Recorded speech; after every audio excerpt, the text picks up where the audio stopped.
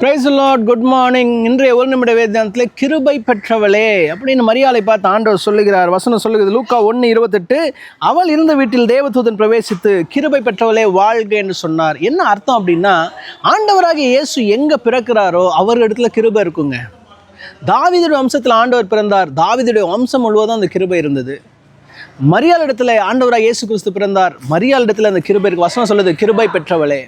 அதுபோல நம்மிடத்திலிருந்து இயேசு வெளிப்பட வேண்டுங்க. நம்முடைய பேச்சிலும், நம்முடைய செயலிலும், நம்முடைய சொல்லிலும், நம்முடைய எல்லா காரியங்களும் ஆண்டவராக இயேசு கிறிஸ்து வெளிப்பட வேண்டும். அப்பொழுதுதான் நாம் கிருபை பெற்றவர்களாக இருக்க முடியும். ஒருவேளை நான் சொல்லலாம், என்கிட்ட கிருபையே இல்லையே, எனக்கு வரல அப்படின்னா, இது அப்படியே வைசி வாசாங்க. நாம் ஆண்டவராக இயேசுவை வெளிப்படுத்தும் பொழுது கிருபை வரும். கிருபை நம்மிடத்தில் இருக்கும் பொழுது ஆண்டவராக இயேசு கிறிஸ்துவை வெளிப்படுத்த வேண்டும். இன்று ஒரு முடிவெடுங்க. எல்லா விஷயத்திலும் ஆண்டவராக இயேசுவை நீங்கள் என்ன பண்ண போறீங்க?